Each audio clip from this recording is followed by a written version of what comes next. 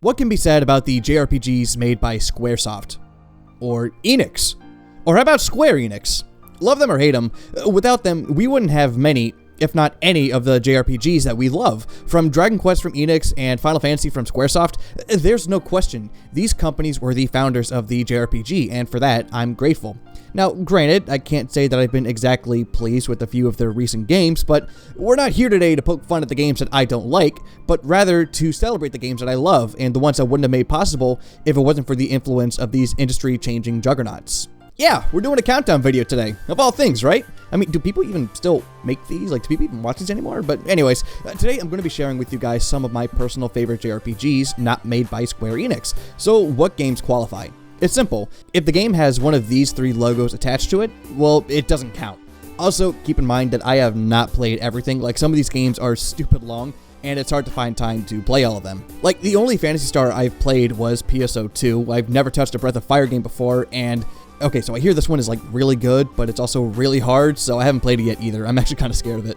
Also, keep in mind that these are just the games that I like. You know, there's nothing definitive, and the order of the games doesn't really mean anything. So if you're going to get mad at me that I put Sonic the Dark Brotherhood over Suikoden 2, then don't. The placement for most of these games doesn't really mean that much.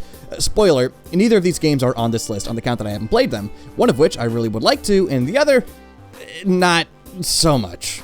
Anyways, I've wasted enough of your time. Let's get cracking.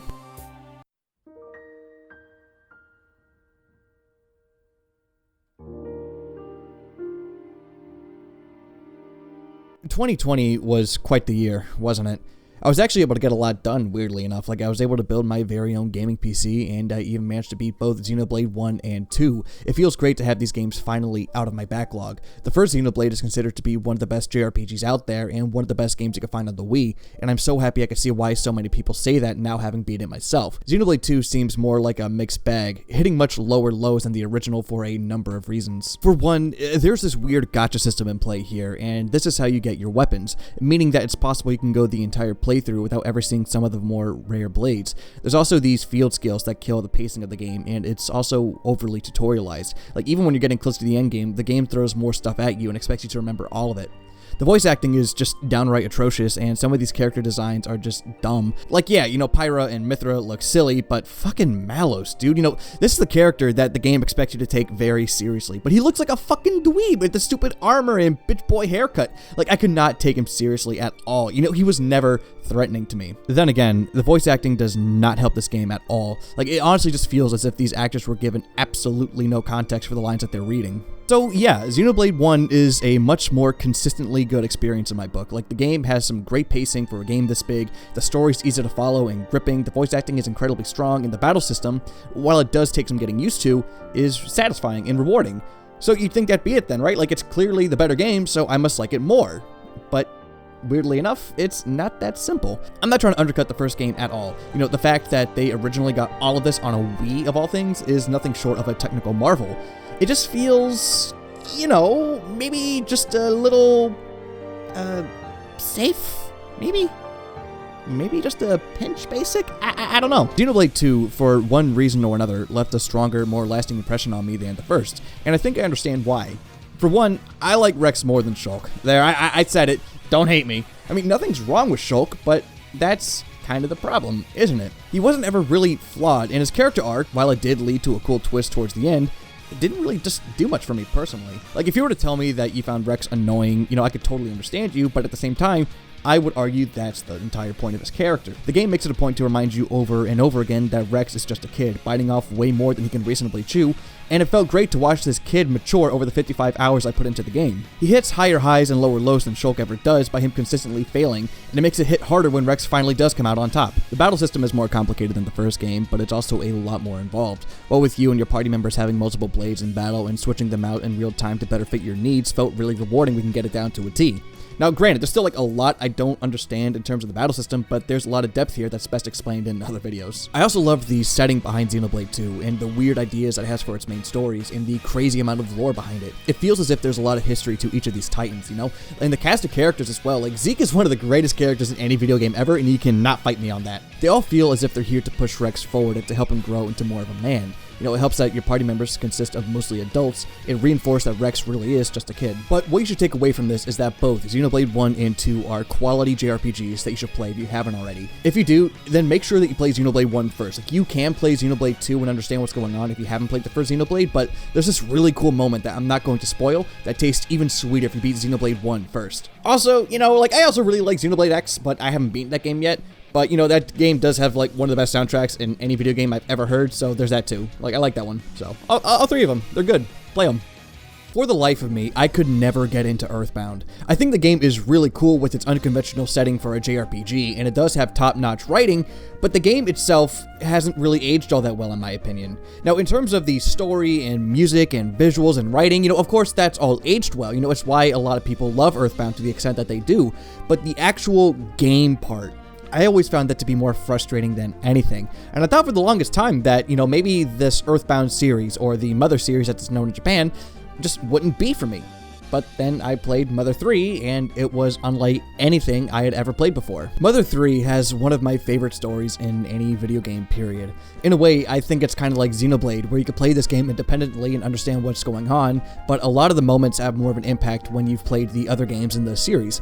Of course, I played this game with the fan translation, and seeing how this game has some, let's say some questionable moments in later parts of the game, I could see why Nintendo would be afraid to localize it. The world of Mother 3 is one of the strangest worlds you'll experience and explore in a video game, with giant friendly T-Rex dinosaur looking things and weird acid trips come to life mixed in with the modern day setting, and weirdly enough, it all works perfectly. Nothing ever feels jarring, and it feels as if it's thanks to the bright and colorful cartoony art style. Now already you guys know about the story and how emotional moments are relentless and hit you like a truck. You know, I've choked up a number of times playing through this game. I'm man enough to admit that.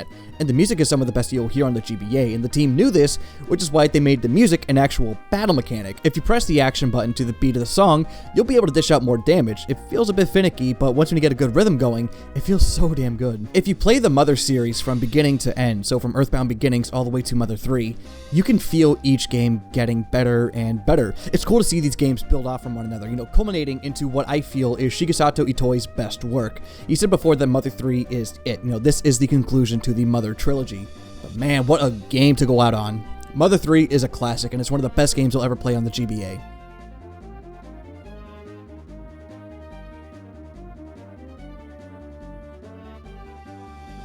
I've always been aware of the, Ys? I never know how to pronounce this shit. What? Why would you name your fucking game Ys?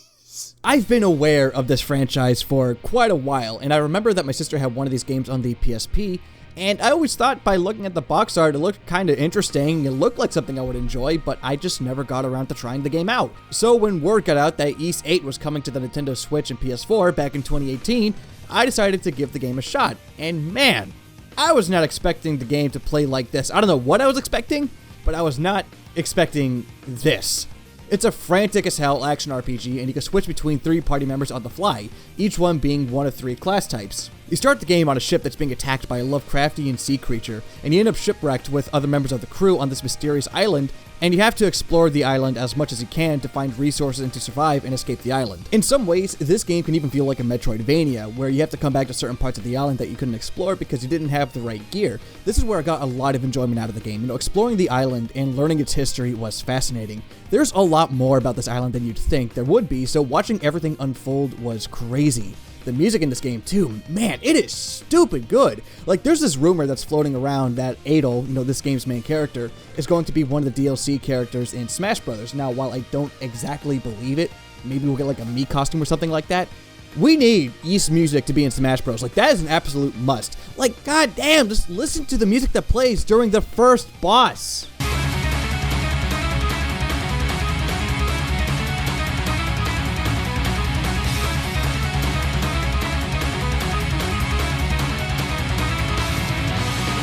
Exploration is the name of the game here, and while it's not like something you'd find in Xenoblade or in Breath of the Wild, it still felt as if with every single time I played, I was making some sort of progress. You weren't the only one who got shipwrecked. You have to explore the island in search of survivors. The more survivors you find, the more stuff you'll be able to unlock at your camp, like crafting armor and weapons, cooking better food, making potions and whatnot. Your camp can also get attacked by monsters, so you also need to find materials to build your defenses, and depending on how many people you found, they can also contribute in defending your camp in their own ways. Now, I'm not sure how other games fare in comparison, but this is the game that got my foot in the door. I'm interested to see how the other games stack up, and I'm looking forward to Ys 9 next year.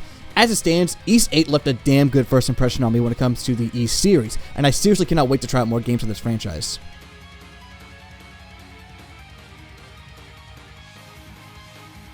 I'll be honest, the Tales of series has never really been my area of expertise. This is something I would watch my sister play through, and yeah, a lot of these did look pretty good, but for one reason or another, just never really gave many of these games a shot. Like, I played a little bit of Tales of Phantasia, I've dabbled a bit with Symphonia, and I put a few hours in Vesperia. They're all really good games, but none of them just gripped me, But I was watching my sister play the newest game at the time, Tales of Berseria, and just a few hours in, I wanted to try the game for myself. And man, am I glad that I did. This isn't your usual JRPG where you play as a ragtag group of heroes just trying to save the world. No, this is more of a story about revenge. Now, granted, towards the end of this game, it does fall victim to typical JRPG cliches, and that did bum me out a little bit, but the journey that these characters go on stands out thanks to the fact that we're essentially playing as the villains here. You got a girl with a demon arm who eats people, you got a maniacal witch, a cursed pirate, a demon swordsman, like, damn! What a great cast of characters we have here. The Tales series has always been known for having a strong cast of characters, but this is on another level for me. The battle system feels a bit more customizable than in other games too. Like for me, it kind of felt as if I was playing something along the lines of a fighting game. Like I hear that Xenogears kinda, sorta, maybe has a similar battle system, or that, it has similar ideas with that game, if that means anything. You can also switch who you're playing as on the fly, and even swap out party members mid-battle. It's one of the very few games I can think about where you can actually use all the members of your party in battle, so no one feels like as if they're a waste of space. Like, I love that shit. It's not perfect, of course. Like, the pacing is actually kind of bad, what with having to backtrack a number of times in the story, and the series' famous skits can actually be pretty annoying at times. Now, it does flesh out these characters, but sometimes it really does feel as if these people are just going on and on, dumping a bunch of exposition, and it can get pretty annoying after a while. On top of that, these environments feel pretty flat. Like, I don't think level design has ever been the Tales series area of expertise, but a lot of these layouts just kind of feel uninspired. Still, there's no random encounters, which is really nice, and it feels as if this game makes up for shortcomings with just about everything else it has to offer. This game has a great story with a unique and memorable cast of characters, all of which go through really satisfying character arcs. The battle system is crazy fun, leaving room for player expression. The music is by Motoi Sakuraba, so that already has me wet in the pants. Like, I could go on. Like, I walked away from this game after the 40 hours it took for me to beat it, and I was like, damn, like, I don't think I've ever played anything like that before. I don't know, maybe I'm overhyping this game, like, maybe this game is actually considered to be dog shit in the Tales of community, but I don't care. Like, I fucking loved this game. It's great. I love it. Look at this title. Look at this fucking title. What is this even supposed to be? What the hell am I looking at? Well, Seventh Dragon, apparently, is a series of RPGs that never left Japan up until 2016. It got a start on the DS, then there was a new game on the PSP called Seventh Dragon 2020, and then there was Seventh Dragon 2020 Part 2, and now we're on Seventh Dragon Part 3, Code VDF. Like, Jesus Christ, this is some Kingdom Hearts level bullshit, I swear. This was the first game of the series to be brought over to the West, and I'm glad that it did. I'd never heard of the series until I saw the trailer for this game back in 2016. To be fair, the story isn't exactly the greatest, the writing and localization is a bit off, and some of the characters are flat, but the setting itself is actually really cool. You explore modern-day Japan, and even get to time travel at one point in the story, and you even get to go to, like, Atlantis. Like, you do a lot of that kind of stuff. It's a weird game, but you do a lot of cool shit. Your team is entirely customizable, even from the start. You have complete control in terms of your party members' classes. You start off by having 3 members in your party, then you end up with 6, and then towards the end of the game, you'll end up with 9 members. Each member of your party is customizable to some extent, and, like in Berseria, but in a more downplayed way, each member of your party has some sort of use in battles. It does have a cost to have all of this customization, however. Your party members aren't characters, they're roles. Despite having really cool designs, none of them have any personality to speak of. Now that's pretty lame, but I guess there had to be some sort of trade-off, right? Now either way, this game sets out to do one thing, and it does that one thing really well, and that being killing dragons. I mean, that's what this game is all about, and damn, Is it cool? This is where you really have to think about how you want to set up your team. You're going to want to build a team that can bounce off of each other so you can have an easier time taking down these dragons. This game can be pretty easy at points, but it does have teeth and it will show them off when you least expect it. It's a satisfying game where no two setups are going to be the same, with some really cool ideas for classes, challenging boss fights, cool environments, and a banging OST. It's a shame this game probably didn't sell very well based on how no one ever seems to talk about it. I mean, this is honestly one of my favorite games that Sega put out recently, and it's one of my favorite games on the 3DS. Check it out. Oh boy. Alright, this next one's going to get me in a lot of trouble. So, Nino Cooney was a game that came out on the PS3, and then everyone loved it and said that, oh, it was so cool, it looks like a Studio Ghibli movie, right? So I'm like, cool, I'll check it out. For the life of me, I could not get into it. Like, I didn't like the battle system, the voice acting annoyed me, and the characters just rubbed me the wrong way. Like, especially in the beginning where the main character's mom dies. I mean, for one, I am so sick and tired of the dead parents cliche, and two, it comes out of nowhere. Like, a character off screen says, oh, I know, it's, she had a weak heart, but then what the fuck, where does this even come from? And I know, there's a point to it, you know, there's a reason why it happens, but I'm just saying, it left a really bad taste in my mouth. So, when word came out that a second one was coming out, I didn't really think much of it at the time. Like, I'm not sure what it was that made me buy the second game, but to think that I almost missed out on it, like, that would have been a huge mistake. I love Nino Cooney 2. I love the creative world, the crazy scenarios, the dynamic between Evan and Roland was charming. Like, Roland himself being the president of the United States of motherfucking America, you get blown up by a goddamn nuke, and you somehow get transported into this world of like fairy tale magic and dragons and shit, and you think that he would adapt to this world by using more traditional weapons like swords or lances, but no! He shoots things with his fucking gun!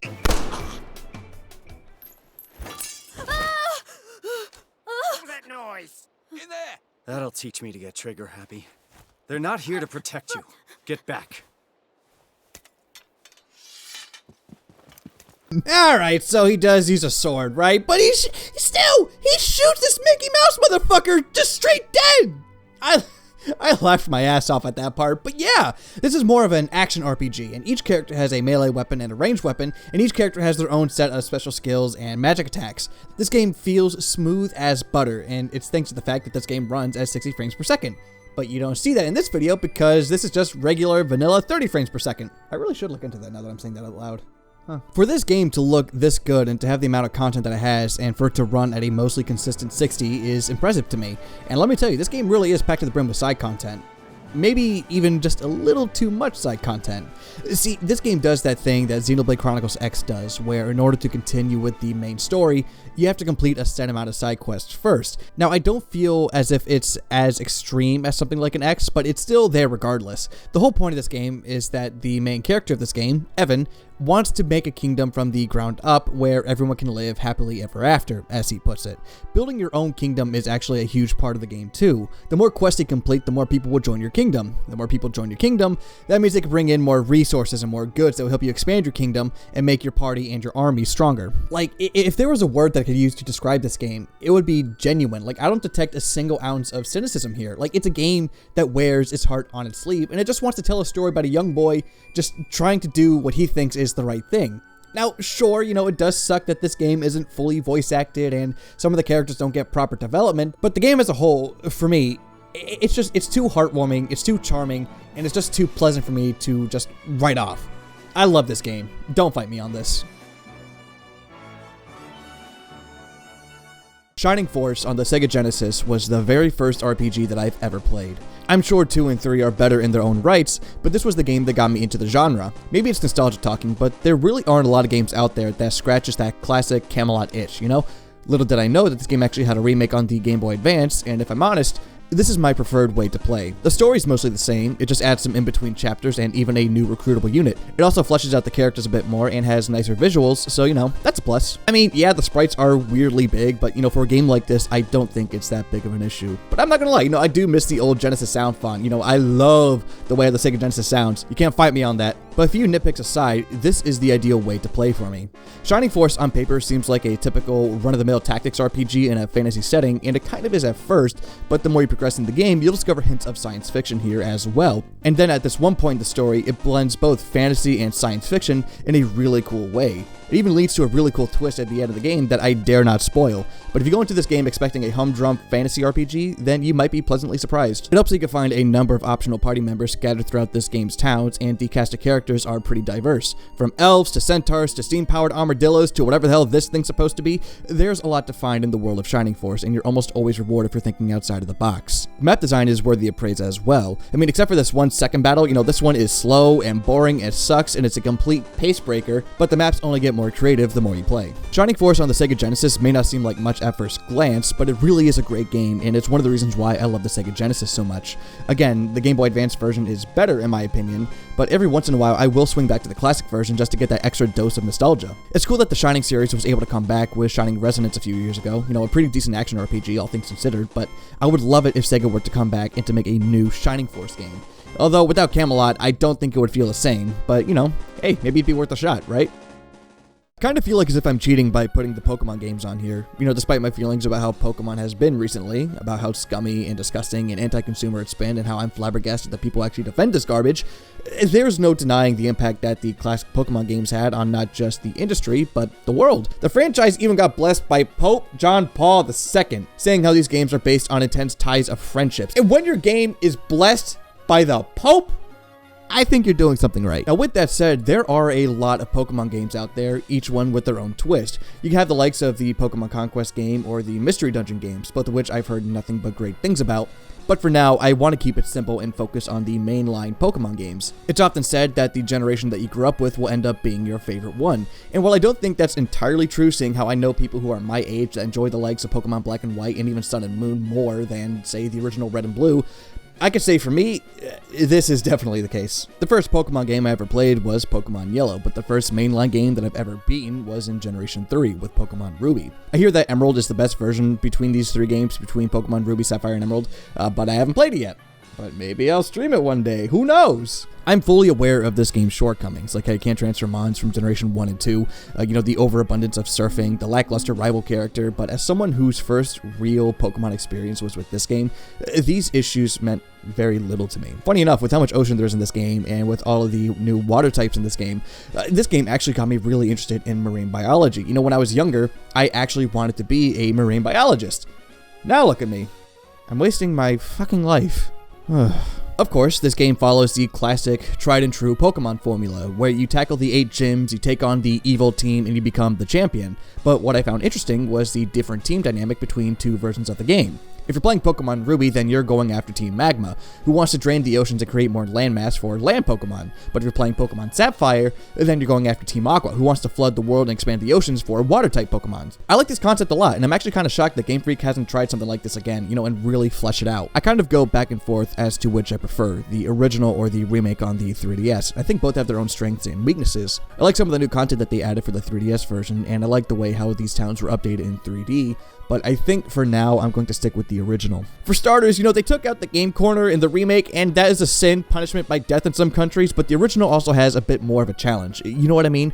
I know some people hate ORAS, but I don't. I think it's a good remake despite some of the weird story changes and some of the things they took away, but the original always comes to mind whenever I think about Hoenn. Also, this generation gave us Mudkip, who evolved into Swampert, which is one of the coolest mons, and, the best starter, hands down.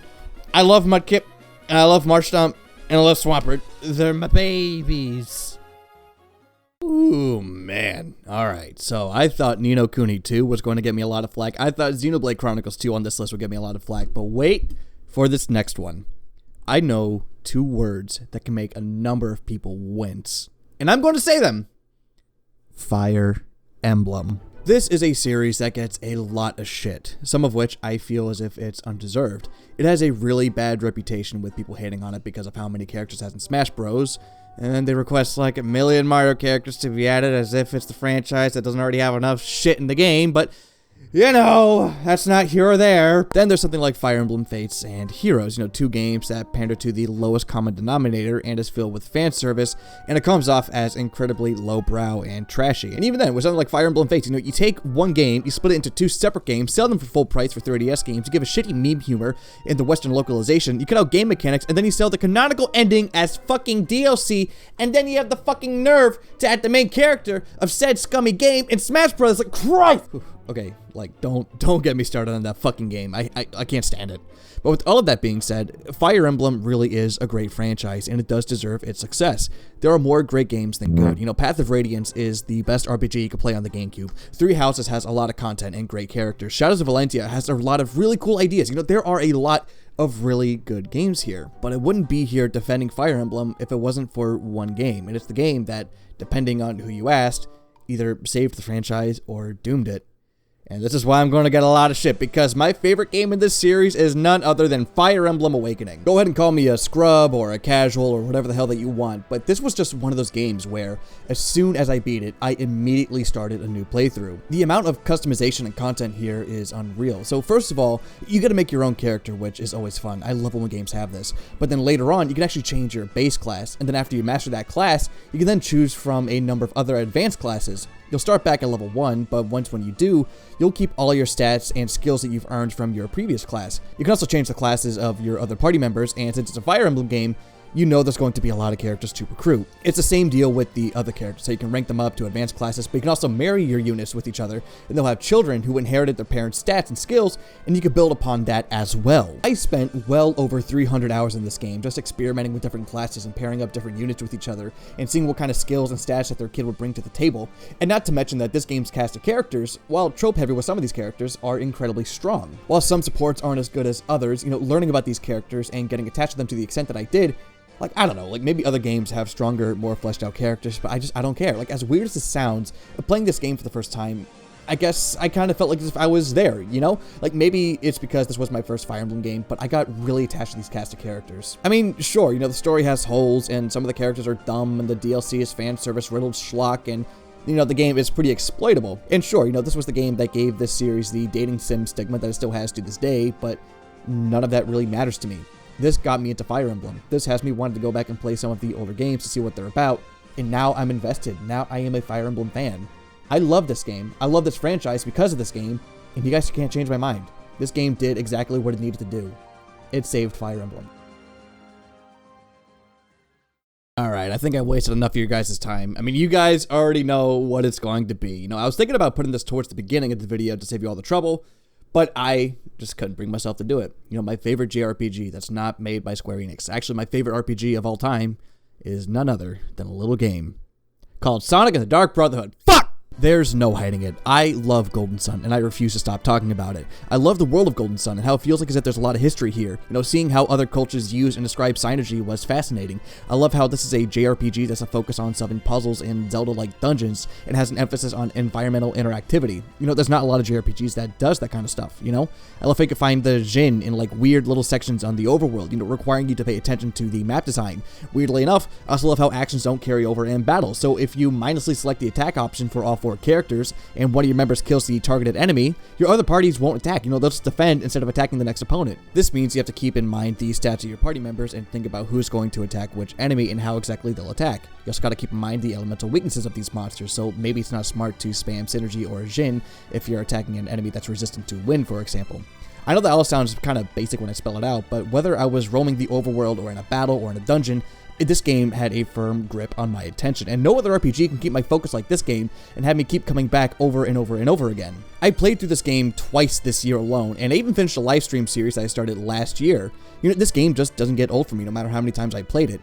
Then again, it helps that you can beat this game with all the side content cleared in like 15 hours, so the length does help the replayability. I mean, sure, like the story isn't exactly the greatest thing in the world, and the characters aren't exactly fleshed out and they love to talk, but at the very least, you know, they have motivations for why they want to stop the 4 elemental lighthouses from being lit, and it's more than just wanting to save the world. It's not super fleshed out, but it can be if Camelot wanted to remake this game for the Switch. Seriously, like, I just want Golden Sun to come back on the Switch. Like, just give me a good Golden Sun game, and I will never ask you for anything again, Nintendo, I swear. I know some of the more hardcore Golden Sun fans prefer the Lost Stage over the first game, and I really do like that game, But I love how focused and concise this first game is. It's not the most challenging JRPG you'll ever play, but it can be punishing if you slip up. Like, there's no doubt in my mind that this is my favorite JRPG ever made, and it's one of my favorite games of all time thanks to how replayable it is. It makes me really happy that this game has been getting a lot of attention and more people playing, and it actually has me really excited about the idea of Golden Sun returning. I just hope that if Golden Sun ever does come back, that the game doesn't, suck. Alright, look.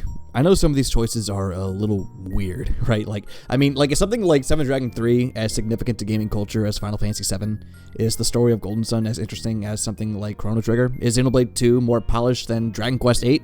The answer to all these questions is a resounding no. So then, what was the point of all of this then? These games, at least how I've always seen them, aren't trying to be the next Final Fantasy or anything. These are games that, as flawed as they can be, bring really cool ideas to the table. Like, maybe they don't have the budget or the resources of a Square Enix game, but these are games by people who do the best with what they have. I strongly feel that each of these games do bring something really interesting to the table and deserves to be talked about. Square Enix will always remain dominant in terms of JRPGs, and I know that there are a lot of people out there who don't really stray too much from their Dragon Quest and their Final Fantasies. Don't be afraid to step outside of your comfort zone. There's a lot out there for you to try. Like, a lot of really weird and really cool games are just out there begging to be discovered. For me, it doesn't matter how polished or how objectively good your game is. It's hard to make a good game, yeah, but it's even more difficult to make a game that stands out and is unique. Those are the games that will always stick with me. Those weird, flawed, yet admirable games that often get overlooked. And now it's time for the call to action. So, in the comment section, why don't you post some of your favorite JRPGs that are made by Square Enix? What are some recommendations you can point out to people? Comment below, get the ball rolling, and hit that bell. Or don't. I don't really give a shit. I just wanted to talk about games that I like, so, yeah. That's really all I gotta say. Bye!